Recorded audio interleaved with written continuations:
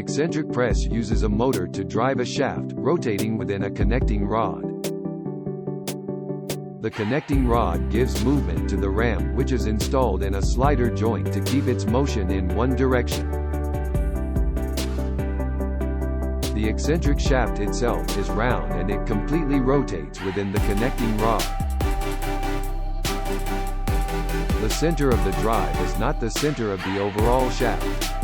Hence, as the motor rotates, the center of the drive remains stable, but the overall center of the shaft changes. This causes the shaft to change position, providing motion. The actual principle of an eccentric press is very similar to a crank press.